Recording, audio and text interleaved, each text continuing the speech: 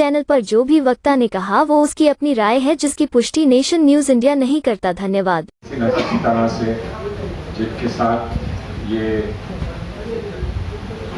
ऐसी नालायक हरकतें की गई हैं उनको राहत मिल सके, विक्टिम्स को कुछ उनको हिम्मत मिल सके, कुछ उनकी हम मदद कर सके। और दूसरी ओर जो एक बुनियादी बात है उस पर यहाँ सब उठाए, यहाँ सब बैठे हम लोग, त्यागी जी हैं, सब आप साथ बैठे और योगेंद्र यादव जी हैं, मैं उनसे खास इल्तिजा करना चाहता हूँ। मुझे थोड़ा सा अनुभव हुआ, लेकिन जाहिर है जो लोगों को सहना पड़ा, खालिद सैफी जैसे लोगों ने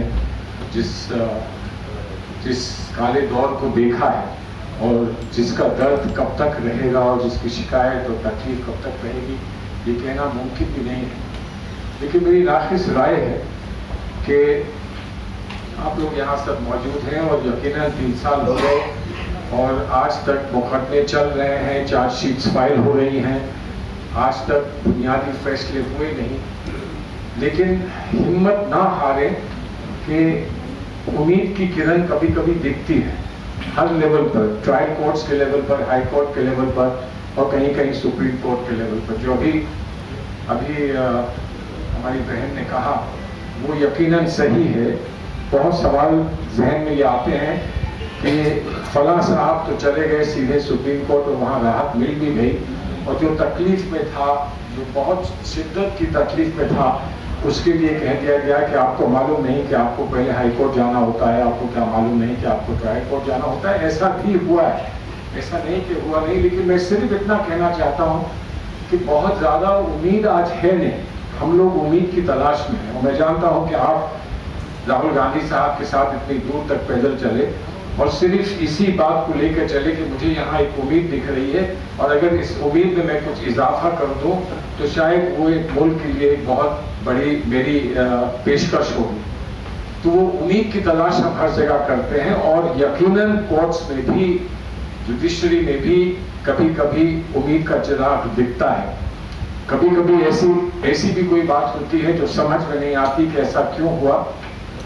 एक मैं आपको वाकया सुनाऊं जो हाई कोर्ट से डिवीजन बेंच ने एक फैसला किया था यूएपीए ने हमारे 2 साथियों के लिए।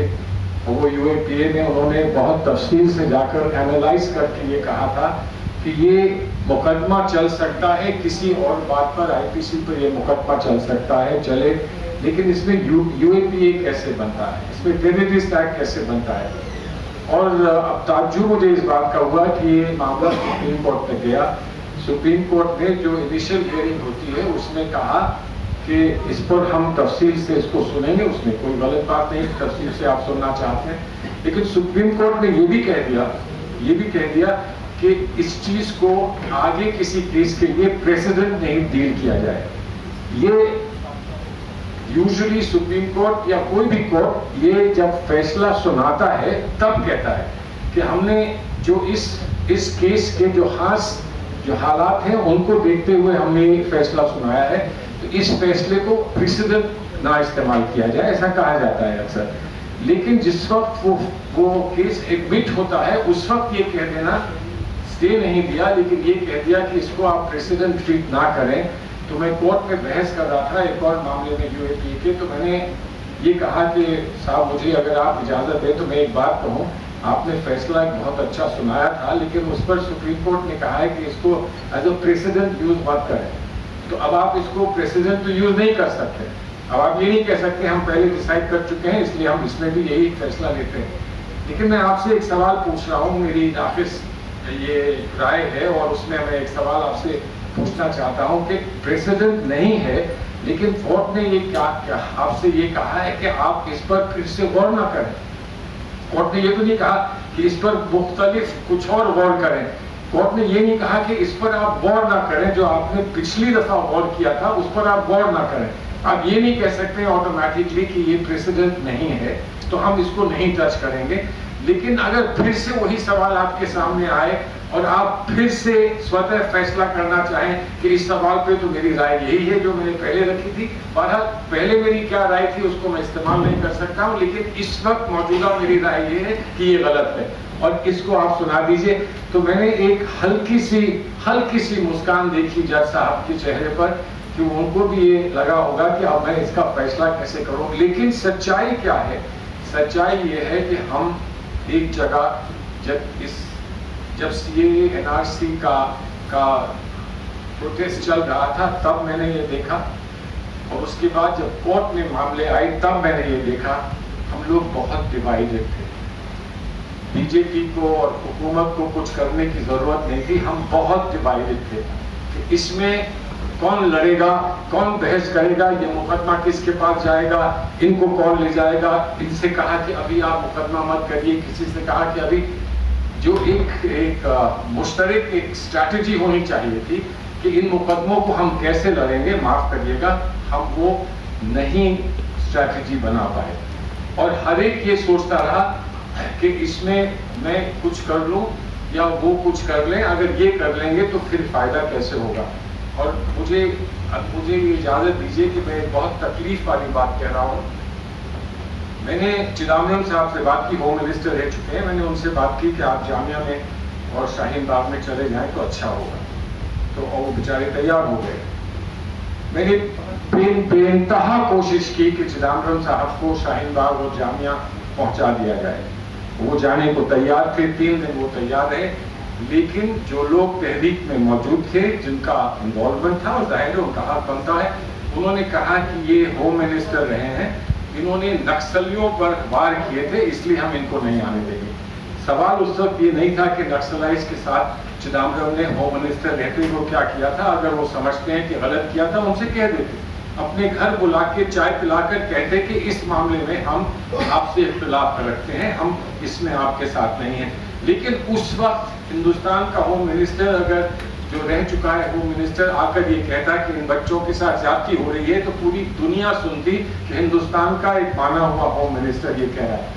मैं सिर्फ इसको इसलिए कह रहा हूँ, हो सकता है कि लोगों की राय सही रही हो सकता है कि गलत हो सकता है हम उनकी तकलीफ ना समझ पाए हों, लेकिन हमारी जो जद्दोजहद थी, उसकी जो स्ट्रैटेजी थी, उसमें हम कहीं कमजोर पड़ गए कि उसका लीडर कौन था।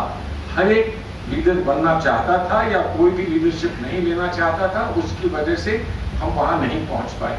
अब मैंने जो इशारा किया था योगेंद्र यादव साहब के लिए, वो इशारा ये था कि मेरी पार्टी को भी बहुत तकलीफ है जो हुआ है उससे।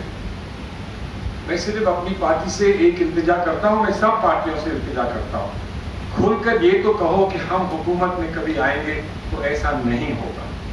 हमने अभी तक नहीं कहा हिंदुस्तान में किसी ने कि हम आएंगे तो ऐसा नहीं होगा, और ऐसा नहीं होगा उसके लिए हम एक तरतीब तैयार करेंगे।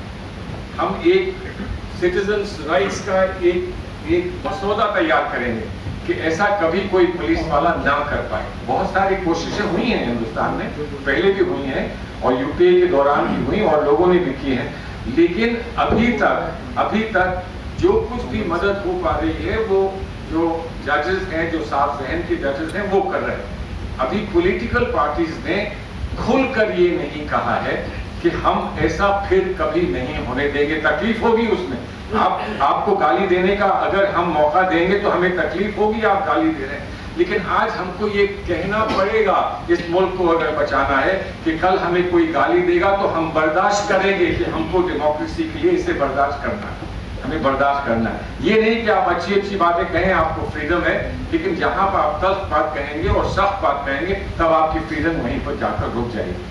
तो आप जो भी तहरीक चला रहे हैं, मैं आपके साथ पूरी तरह से आपकी हमदर्दी में मैं यहाँ मौजूद हूँ, रहूँगा, लेकिन मैं आपसे इंतजा कर रहा हूँ कि एक ग्रैंड स्ट्रैटेजी बनाई जाए कि जो भी हुकूमत में आए, जैसे भी आए, वो फिर ऐसा कर ना पाए अपने को बचाने के लिए या किसी और पर इस तरह से पेश आने के लिए, वो ऐसा फिर कर ना पाए। ऐसा कोई चार्टर बने, हमारे कॉन्स्टिट्यूशंस में अमेंडमेंट हो, नए कानून बने, नए जजेस को इस बात के लिए ट्रेन किया जाए कि पहले दिन तो कह दें कि साहब ये तो हेरियस क्राइम है, तो मुल्क के खिलाफ है, और उसके बाद फिर 3 साल बाद कहें ये तो क्राइम बनता ही नहीं है और आपको बेल दे दे 3 साल बाद।